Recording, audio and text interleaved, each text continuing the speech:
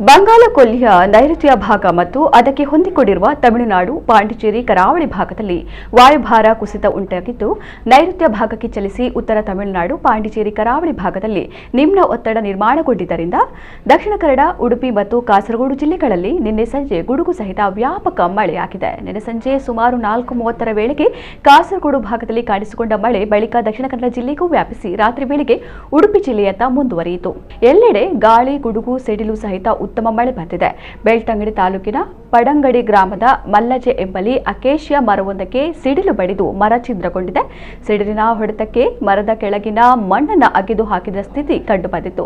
ಗಾಳಿ ಮಳೆಯಿಂದಾಗಿ ಹಲವಾರು ಕಡೆ ವಿದ್ಯುತ್ ವ್ಯತ್ಯಯ ಉಂಟಾಗಿತ್ತು. ಭಾರತೀಯ ಹವಾಮಾನ ಇಲಾಖೆಯು ಯೆಲ್ಲೋ ಅಲರ್ಟ್ ಘೋಷಿಸಿದ್ದು, ಹಾಗಾಗಿ ಇಂದು ಗುರುವಾರ ಕೂಡ ಮಳೆ ಮುಂದುವರಿಯುವ ಸಾಧ್ಯತೆ ಇದೆ.